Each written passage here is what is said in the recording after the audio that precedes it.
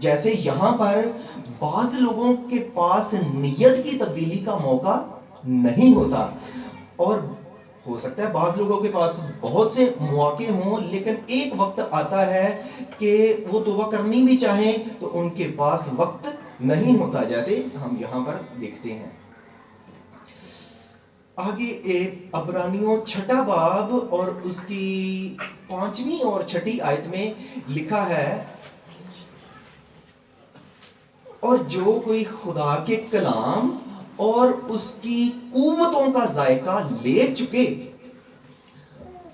چکے اگر وہ برگشتہ ہو جائے تو اسے توبہ سے پھر سے نیا بنانا ناممکن ہے، کیونکہ وہ خدا کے بیٹے کو دوبارہ مصلوب کرتے ہیں اور اسے علانیہ ذلیل کرتے ہیں۔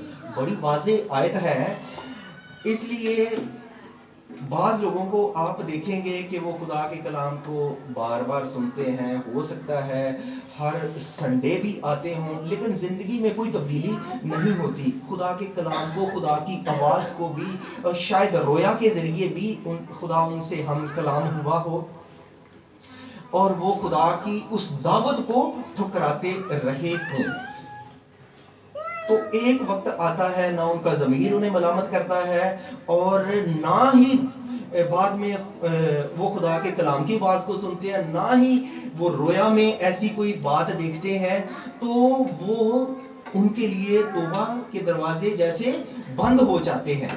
جیسے اس آیت میں عبرانیوں 6 باب اور اس کی 5ویں اور 6 آیت میں لکھا ہے کہ ان کے لیے ایسے ہے جیسے توبہ کرنا ناممکن ہو گیا ہے۔ جیسے کہتے ہیں نا، اندھے کو راہ دکھایا جاتا ہے، ان پڑھ کو پڑھایا جاتا ہے، لیکن پڑھے لکھے کو کون پڑھائے؟ آپ دیکھیں یا سوچیں تجربے سے کہ جن لوگوں نے توبہ کی اور وہ خدا کے ساتھ چلتے رہے، اگر وہ کسی طرح سے برگشتہ ہو جائیں تو پھر انہیں کس طرح سے، کس دلیل سے، کون انہیں سکھائے؟ کیونکہ وہ تو پہلے پڑھے لکھے ہیں، انہیں واپس لانا بڑا مشکل ہوتا ہے۔ ہم اس حوالے کو بھی جانتے ہیں عبرانیوں 6 باب، اور ہم کسی متعلقہ ایسے شخص کو بھی جانتے ہوں، پھر بھی ہمیں ایسی بات نہیں کرنی، کیونکہ ہم نہیں جانتے کہ خدا کس وقت کس کی درخواست کو قبول کرے۔ جیسے ہم دیکھتے ہیں آخری وقت میں جب یسوع اور 2 ڈاکو صلیب پر تھے، تو ایک ڈاکو نے جب درخواست کی تو یسوع نے اسی موقع پر اسے کہا کہ تو آج ہی میرے ساتھ فردوس میں ہوگا۔ تو ہم اس لیے کوئی رائے کسی کے بارے میں اس پہ مسلط نہیں کر سکتے۔ تو پھر پہلی جو آیت ہم نے پڑھی وہی آیت ہم دوبارہ پڑھیں گے، 2 کرنتھیوں 7 باب اور اس کی 10 آیت میں لکھا ہے، کیونکہ خدا پرستی کا غم ایسی توبہ پیدا کرتا ہے جس کا انجام نجات ہے۔ خدا پرستی کا غم جس کا نتیجہ حقیقی توبہ اور ہمیشہ کی زندگی ہے۔ تو ایوب خدا کا بندہ کہتا ہے، ایوب 42 باب میں ہے، وہ کہتا ہے میں نے تیری خبر کان سے سنی تھی، پر اب میری آنکھ تجھے دیکھتی ہے اور مجھے اپنے آپ سے نفرت ہے، اس لیے میں خاک اور راکھ پر بیٹھ کر توبہ کرتا ہوں۔ جیسے جیسے کوئی خدا کی نزدیکی میں جاتا ہے تو اس سے اپنے آپ سے زیادہ نفرت ہوتی ہے، وہ گناہ کو زیادہ قریب سے دیکھتا ہے، اس لیے وہ کہتا ہے کہ میں نے خاک اور راکھ میں بیٹھ کر توبہ کی۔ اور دوسری مثال ہم دیکھتے ہیں پترس لوکا 22 باب میں کہ جب اس نے یسوع کا 3 بار انکار کیا، وہ گھر سے باہر جا کر زور زور سے روتا ہے۔ جب کسی کے دل کو خدا کا پاک روح قائل کرتا ہے اور وہ یسوع کی تعلیم، یسوع کی انجیل سے روشنی پاتا ہے، تو وہ گناہ کو بڑے قریب سے دیکھتا ہے اور اسے پتہ چلتا ہے کہ خدا کو اس سے سخت نفرت ہے، اور پھر وہ گناہ سے خود بھی نفرت کرتا ہے، اور یہ سب باتیں اس میں خدا پرستی کا غم پیدا کرتی ہیں۔ جس سے وہ توبہ کرتا ہے، جس سے توبہ وقوع میں آتی ہے۔ جب کسی کے دل میں پاک روح کام کرتا ہے تو وہ شخص توبہ کرتا ہے۔ اس کے رویے، بول چال، کردار، زندگی سے بھی پتہ چلتا ہے، اور وہ خدا کے ساتھ حلیمی، فروتنی اور فرما برداری کے ساتھ وہ خدا کے ساتھ چلتا ہے، اور اپنے جیسے لوگوں کے ساتھ صلح اور صفائی سے زندگی بسر کرتا ہے۔ انسان کمزور ہے، انسان جو راست باز، جو ایماندار بھی ہیں، وہ بھی گناہ برائی میں گر سکتے ہیں، لیکن یسوع مسیح کی نزدیکی میں، اس کے کلام کی نزدیکی میں اس میں قائم رہنا اور اس کی صلیب کی طرف تکتے رہنا ہمیں گناہ کی کراہیت کا اندازہ رہتا ہے، اس کی اصلیت کا پتہ چلتا ہے۔ ہم اس کے کلام میں مسرور رہنے سے ان شیطان کو، گناہ کو سمجھتے ہیں اور اس سے دور رہتے ہیں، اور ہم اپنے دل کے ہیلوں بہانوں سے بھی واقف رہتے ہیں، اور یہی احساس ہمیں فتح یاب زندگی بسر کرنے میں مدد دیتا ہے۔ اعمال کی کتاب اور اس کا 17 باب اور اس کی آیت 30 میں لکھا ہے، اور خدا جہالت کے وقتوں سے چشم پوشی کر کے اب ہر ایک کے لیے اور اب ہر جگہ ہر شخص کو، ہر آدمی کو یہ حکم دیتا ہے کہ توبہ کرے۔ پس خدا جہالت کے وقتوں سے چشم پوشی کر کے ہر ایک کو یہ حکم دیتا ہے کہ وہ توبہ کریں۔ خدا چاہتا ہے ہر جگہ پہ، دنیا میں ہر کونے میں چاہتا ہے کہ سب لوگ توبہ کریں۔ تو پہلی بات ہے گناہوں کو ماننا، احساس گناہ ہونا، گناہوں پر پچھتانا۔ داؤد بادشاہ کہتا ہے کہ میرا گناہ میرے سامنے رہتا ہے، اور وہ یہ بھی کہتا ہے کہ میں نے گناہ کی حالت میں صورت پکڑی، میں گناہ کی حالت میں اپنی ماں کے پیٹ میں پڑا۔ یہ جو باتیں ہیں گناہ پر پچھتانے کو، اپنی حقیقت کو ماننے کو وہ بیان کر رہا ہے۔ گناہوں پر پچھتانا، احساس گناہ ہونا۔ کچھ لوگ کہتے ہیں میں تو گناہ کیتا ہی نہیں، ایسے کہتے ہیں، آپ سنیں گے بعض لوگوں سے، تو مانتے نہیں ہیں، لیکن وہ گناہ کا اعتراف کر رہا ہے۔ اور پھر جو بھی کوئی دوسری بات ہے گناہ کا اقرار کرنا، اور وہ کہتا ہے کہ آئے خدا مجھے خون سے پاک کر، کیونکہ اس نے بڑے خون کیے، خاص کر حتی اوریا کا جو خون تھا اس کی وہ بات کر رہا ہے، آئے خدا مجھے خون کے گناہ سے پاک کر۔ تو کوئی بھی گناہ ہے اس کا اقرار کرنا بہت ضروری ہے۔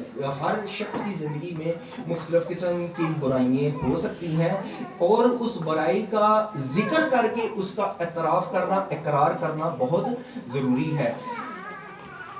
پہلا یوحنا کا خط، پہلا باب اور اس کی نامی آیت میں لکھا ہے، اگر کوئی اپنے گناہوں کا اقرار کرے اور وہ ہمیں ہمارے گناہوں کو معاف کرنے اور ہمیں ساری ناراضگی سے پاک کرنے میں سچا اور عادل ہے۔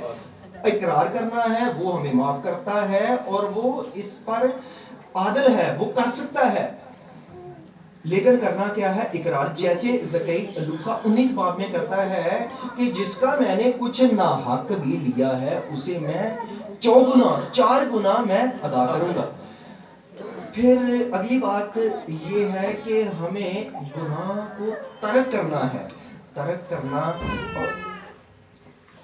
انسال، سلیمان بادشاہ کہتا ہے، انسال کی کتاب 27 باب میں ہے، 27:13 میں، کہ جو کوئی اپنے گناہ کا اقرار کر کے اسے ترک کرتا ہے اس پر خدا کی رحمت ہوتی ہے، اس پر خدا کی رحمت، فضل، مہربانی ہوتی ہے۔ اس کے دن پھر جاتے ہیں جو انہیں ترک کرتا ہے۔ کوئی توبہ کرے اور پھر سے کام ویسے کی ویسے کرے تو اس کا مطلب ہے اس نے صرف نام کی توبہ کی ہے اور اس نے دل سے توبہ، حقیقی توبہ نہیں کی۔ جب کوئی ترک کرنے کا مطلب ہے پھر سے ویسا کام، برائی نہ کرنا۔ آخری بات ہے کہ اقرار مسیح، ہم